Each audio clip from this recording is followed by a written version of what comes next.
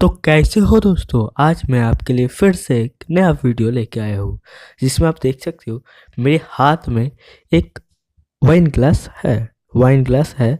वो अगर आप बनाना चाहते हो इसी तरीके के कोई भी वाइन ग्लास एक 10 रुपये के नोट से, वो भी इसी तरीके से, तो मेरे वीडियो आप लास्ट तक देखते रहिए। और एक बात, अगर आपने अभी तक मेरे चैनल को सब्सक्राइब नहीं किया है तो सब्सक्राइब कर लीजिए और बेल आइकन को भी दबा देना। उससे क्या होगा, मेरे वीडियो आपको सबसे पहले देखने को मिल जाएगा। तो चलिए बिना टाइम वेस्ट किए शुरू करते हैं आज का वीडियो।